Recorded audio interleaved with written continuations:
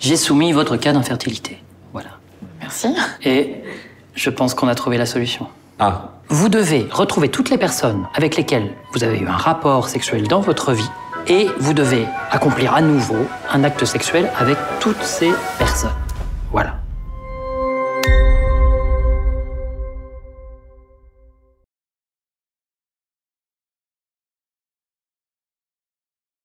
C'est votre premier long métrage qui passe à Cannes. Est-ce que vous avez été étonné que ça arrive à Cannes? Oui, on était assez surpris parce que on a fait 8 courts-métrages avant, un long-métrage, et on n'avait jamais été dans des festivals. Il y a un peu, dans le monde, il y a un peu, je dirais 5 ou 10 festivals un peu très très importants, Cannes, Berlin, Venise, et avec aucun de nos courts-métrages ou avec notre premier long-métrage, on avait été pris dans ces grands chelems des festivals. Donc c'était plus vraiment quelque chose auquel on pensait. Je veux dire, le film était coproduit par la France, donc les Français, pour eux, Cannes, c'est quand même très très important. Enfin, pour plein de gens dans le monde entier aussi, mais les Français encore plus. Et eux vraiment étaient très attentifs à ça, parce qu'ils ont fait que tout le planning de post-production puisse se terminer pour qu'on soit prêt pour déposer à Cannes. Nous, on n'y croyait pas du tout. Et donc, donc du coup, c'était une surprise parce que vraiment, on ne s'y attendait pas. En plus, c'est qu'une comédie romantique, finalement, avec le film d'avant qui était un drame, enfin, comédie dramatique, quelque part, ça nous aurait moins surpris. Avec celui-ci, qui était beaucoup plus, quelque part, un film grand public, comédie romantique, on ne pensait pas du tout que ça puisse les intéresser. Et donc, on était très, très contents. C'est aussi un film assez décalé pour une histoire d'amour. Oui, ça reste quand même un film, c'est plus grand public, mais ça reste un film d'auteur assez décalé par rapport à une comédie romantique, on va dire plus classique, c'est vrai. Ok. Ma première question sur le film, ça va être comment vous est venue l'idée de cette idée de syndrome des amours passés? En fait, avec Anne Siro, on est en couple et on a, comme tous les couples, il y a des questions, plutôt des injonctions qui nous arrivent sur nous. Une fois qu'on est en couple depuis plusieurs mois, plusieurs années, tout de suite il y a l'injonction d'avoir un enfant, que l'entourage vous fait peser comme ça de manière... Enfin voilà, on s'en rend pas vraiment compte, mais c'est là, c'est présent. Et puis quand on est en couple, il y a souvent l'injonction d'être exclusif. Et donc on s'est dit, tiens, ces deux injonctions, on va les opposer. Et que si ils veulent un enfant, ils peuvent plus être exclusifs. Et si ils restent exclusifs, ils n'auront pas d'enfant. Et c'est ça un peu l'idée du syndrome, c'est de mettre un peu ces deux piliers des couples hétéros et les mettre les uns contre les autres et voir ce que ça crée comme étincelle. Et donc on a inventé après on a rencontré quand même une gynécologue chercheuse qui nous a parlé du syndrome du lâcher-prise, qui est un vrai syndrome qui existe. C'est des couples qui n'arrivent pas à avoir d'enfants, il n'y a pas de problème physiologique, et au moment où ils se séparent, dans le moment où ils font l'amour alors que c'est terminé, paf, elle tombe enceinte. Donc c'est quelque chose de plus mental. Oui, voilà, mais qui existe vraiment et qui ne savent pas vraiment expliquer en fait, à part sur ce blocage et ce lâcher-prise en fait, et au moment où on lâche prise, ça arrive. Et donc on s'est dit, mais oui, tiens, ça pourrait être un syndrome, et on va imaginer un truc où ils doivent recoucher une fois que tous leurs ex, c'était un peu la blague. Du coup, dans le film, on suit Rémi et Sandra, et c'est un couple assez banal en dehors de ce problème du coup de ne pas pouvoir avoir un enfant. Mais en fait, on a remarqué du coup un sacré développement des personnages. Parce que Rémi, au début, ça a l'air d'être un homme de la quarantaine qui se sent peut-être pas très dans sa peau, il a une calvitie, alors que Sandra, au contraire, ça a l'air d'être une femme beaucoup plus libre, très sûre d'elle. Et quand arrive l'annonce de ce syndrome, on voit quand même que Sandra elle est tout de suite d'accord, alors que Rémi il est beaucoup plus timide par rapport à ça, aussi du nombre du fait qu'il n'ait eu que 3 ex-relations sexuelles par rapport à Sandra qui en avait une vingtaine. Et du coup je voulais savoir pourquoi vous avez représenté un couple aussi différent, mais aussi pourquoi avoir inversé les rôles vers les 3 quarts du film. Parce que c'est marrant, quand vous dites inverser les rôles, c'est aussi au départ on inverse un petit peu les rôles, on va dire les clichés plutôt, c'est pas des rôles mais c'est les clichés qu'on a sur les hommes et sur les femmes, qui sont que un homme il est content d'avoir une longue liste d'ex alors qu'une femme va pas forcément s'en vanter, et donc on inverse tout de suite le truc avec lui qui est hyper complexé, qu'on a que 3, qu'on a même inventé une tellement il était gêné, et elle qu'on a plein mais qui est très, très cool avec ça. Donc déjà on inverse un truc, en tout cas on joue avec les stéréotypes en tout cas. Et ensuite, c'est ça qui nous amusait. C'est donc souvent dans les longs métrages, on va plus que dans un court métrage, en tout cas, on va vraiment, le personnage va avoir un arc dramatique. Il va suivre cet arc et on suit l'évolution de ce personnage parce qu'on a plus de temps aussi, on a 1h30 au moins pour faire évoluer ce personnage que sur 10-15 minutes. Même si dans les courts métrages, il y a aussi des évolutions de personnages, mais ici sur 1h30, on est plus dans l'arc classique. Et pour nous, c'était ça, c'est qu'il fallait qu'il y ait une espèce de vase communicant, c'est-à-dire que la confiance change de camp. Oui. Au départ, la confiance, c'est ce que vous disiez, hein, c'est que la confiance, elle est chez Sandra, et petit à petit, on inverse le truc, et puis elle devient hyper fragile, et lui prend une confiance, mais une confiance un petit peu malsaine, un petit peu... On sent qu'il va un peu droit dans le mur quand même. Il prend goût au jeu, en fait. C'est ça, et on sent qu'il y a quelque chose de pas tout à fait juste là-dedans, et ils se prennent le mur jusqu'à se séparer. Et je pense que nous, ça nous intéressait parce que ça permet de parler de plein de choses. En fait, ça permet de les faire s'inverser comme ça. Ça permet d'amener plein d'idées sur comment ce type qui est hyper complexé va essayer d'être mieux en retrouvant toutes ces femmes. C'est même pas que ses ex qu'il voit, puisque lui il voit d'autres femmes. Et ce besoin qu'il a de rentrer dans les injonctions masculines. Et c'est ça qu'on montre. C'est quoi les injonctions masculines? C'est quoi quand on a un homme? Qu'est-ce qu'on a l'impression d'être obligé de faire? C'est ça dont te parle le film et dont il parle lui.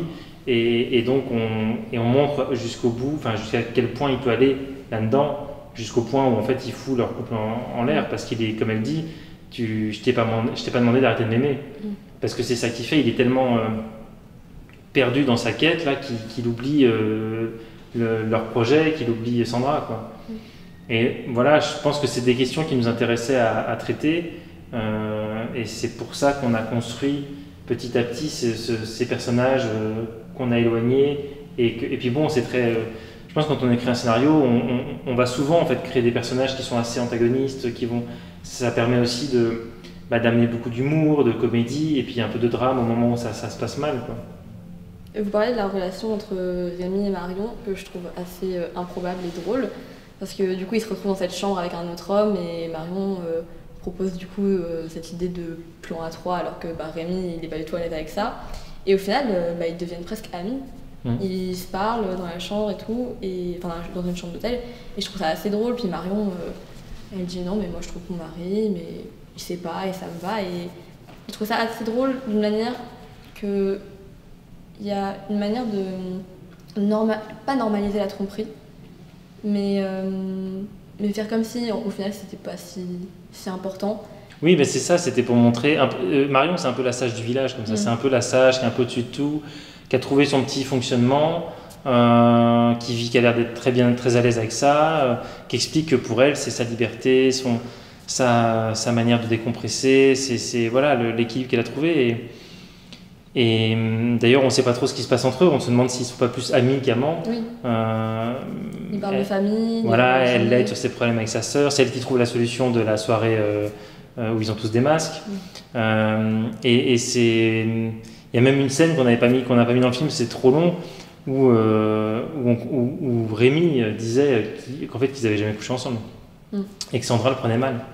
On dit mais quoi, vous ne couchez pas ensemble, mais pourquoi en fait, elle était jalouse de la relation d'amitié qu'ils avaient aussi. C'était trop long, ça amenait trop de choses, donc on a enlevé, mais c'était un peu ça vers quoi on allait, cette relation, c'est ça. Et je pense que c'est toujours présent. C'est ce que vous disiez. Voilà, tout à fait. Mais c'est ça, c'est tous ces petits personnages secondaires nous permettent d'avoir accès à une manière de voir les choses. Et c'est ce que vous dites sur c'est marrant, ce couple, ce binôme en tout cas, Rémi-Marion, ça donne une certaine vision de c'est quoi la tromperie, ou en tout cas le couple libre ou le couple non exclusif. Et c'est ça qu'on voulait en fait, c'est à chaque fois montrer ça permet en fait, ces personnages dressent, c'est comme Paolo, l'ex de Sandra qui est homosexuel. Gay, oui. Qui était gay. Voilà. Qu'il est toujours, qu'il n'était pas assumé à l'époque justement. Et c'est pareil, lui en 2 phrases, il explique qu'il vivait dans une famille bourgeoise en Italie, qu'il était coincé, qu'il a déménagé à Bruxelles, que d'un coup ça s'est ouvert pour lui. Et en fait, on peut tracer comme ça dresser le portrait très vite de certains personnages et qui nous montre aussi une manière dont les gens relationnent différemment, quoi. Ouais, ces personnages secondaires, ils font tout le film parce qu'ils sont très attachants.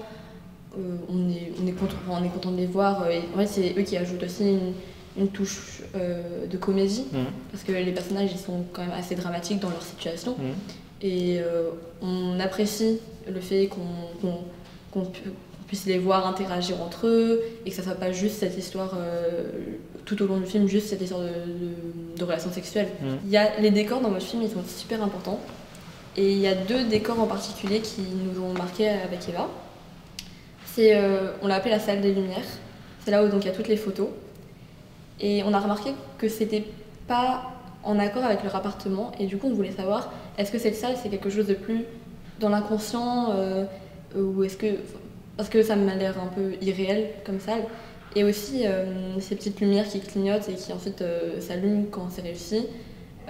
C'est Eva qui m'a fait la remarque, mais est-ce que ces lumières voulaient donc dire que c'était enfin possible ou juste que c'était fini et qu'on ne sait pas ce qui allait se passer?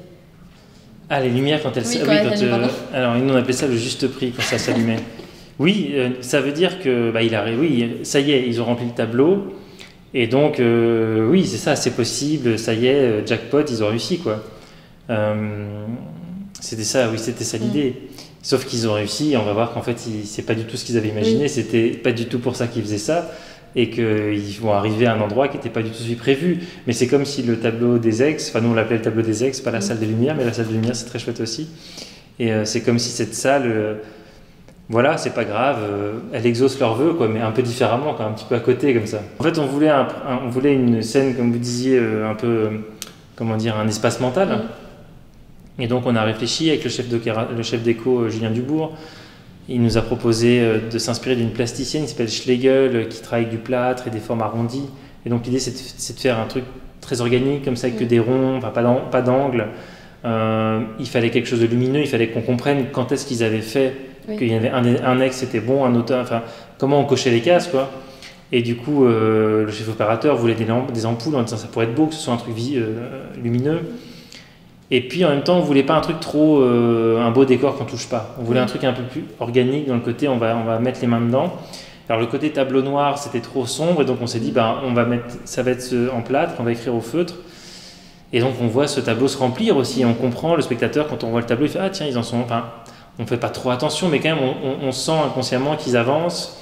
Et puis c'est un jeu comique où lui avec Céline, il remplit jusqu'au banc parce qu'il n'arrive pas à la joindre et donc il rajoute des lignes et des lignes sans pouvoir la joindre.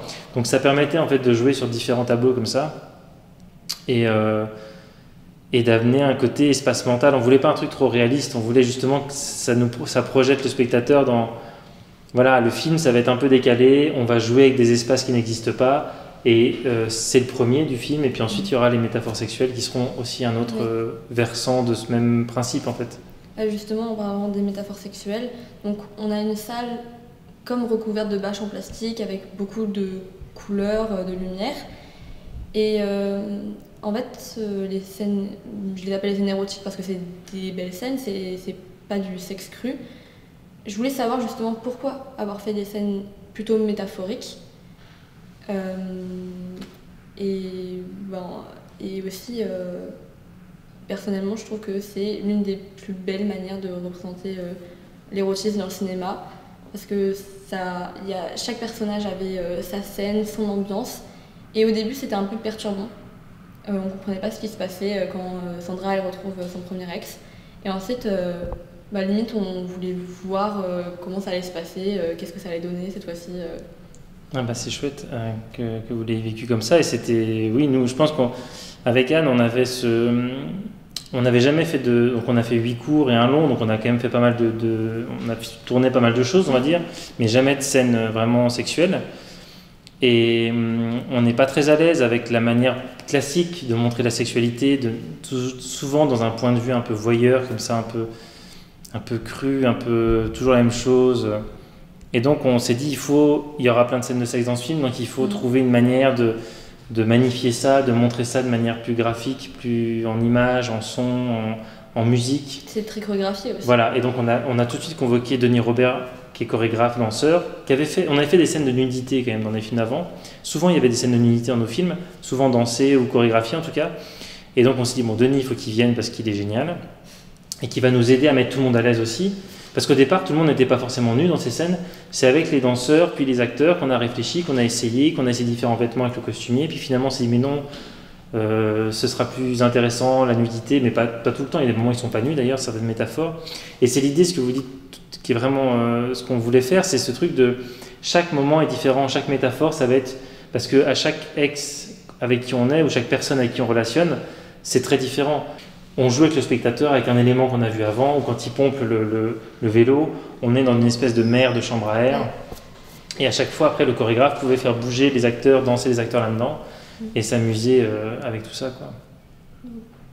Bah, c'est très intéressant parce que du coup, moi, j'ai trouvé que vous donniez du coup une nouvelle vision de la sexualité et du sexe, parce que c'est vraiment un film qui casse tous les tabous.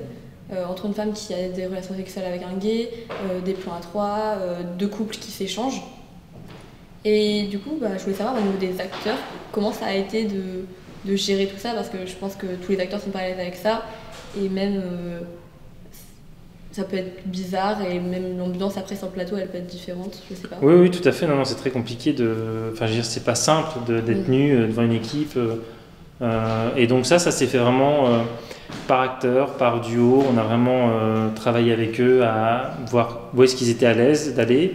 Avec le Denis Robert, le chorégraphe, qui était comme on appelle ça aujourd'hui un coordinateur d'intimité, c'est-à-dire quelqu'un qui va gérer l'intimité des acteurs, et lui gérer un peu ce pôle-là, même si c'est pas du tout, il n'a pas forcément l'habitude d'avoir ce poste sur les tournages, mais en tant que chorégraphe et danseur, il a souvent eu l'habitude de gérer la nudité au plateau, et il y a quelque chose de similaire là, et donc on a vu avec chaque acteur jusqu'où ils avaient envie d'aller, où est-ce qu'ils se sentaient à l'aise, et on a avancé comme ça. Et voilà, et je pense qu'on était aussi dans une équipe très bienveillante, très bon esprit, enfin très, voilà, où on est très à l'écoute, je pense, enfin tout le monde était très à l'écoute, et on a essayé, et voilà, et c'était assez facile. En fait, il n'y a même pas eu vraiment beaucoup de gêne. Si, il y a juste Lucie Debey qui parle souvent de ça, la scène avec les masques, les sacs en papier qu'ils ont sur la tête, parce qu'elle dit, ça c'était compliqué, parce qu'à un moment donné, elle est nue, elle a ce sac, et elle voit rien. Et t'entends juste des bruits de l'équipe, et elle dit, et ça en fait c'était... Parce que souvent, elle disait, sur les autres scènes de nudité, tu as un regard sympa avec les gens de l'équipe qui te soutiennent, en fait, parce qu'ils savent que toi, tu es nu, que tu es un peu en fragilité. Et souvent, elle avait des regards qui la soutenaient comme ça, qui l'encourageaient. Et là, d'être toute seule dans son sac, elle dit, au bout d'un moment, j'étais pas bien, mais elle nous l'a dit. Et tout de suite, on a fait un break, on en a parlé. Enfin voilà, on a essayé de s'adapter à ce qu'elle ressentait. Mais pour elle, elle disait que ça, c'était pas toujours facile. D'accord. On va devoir finir l'interview. Merci beaucoup d'avoir répondu à toutes nos questions. Non, avec plaisir. C'était agréable et du coup, moi j'ai hâte de revoir votre film en salle. Et c'est le 25 octobre. Ouais, 25 octobre, il sort. Super. Et on fera de la pub. Génial, merci beaucoup. Bonne soirée.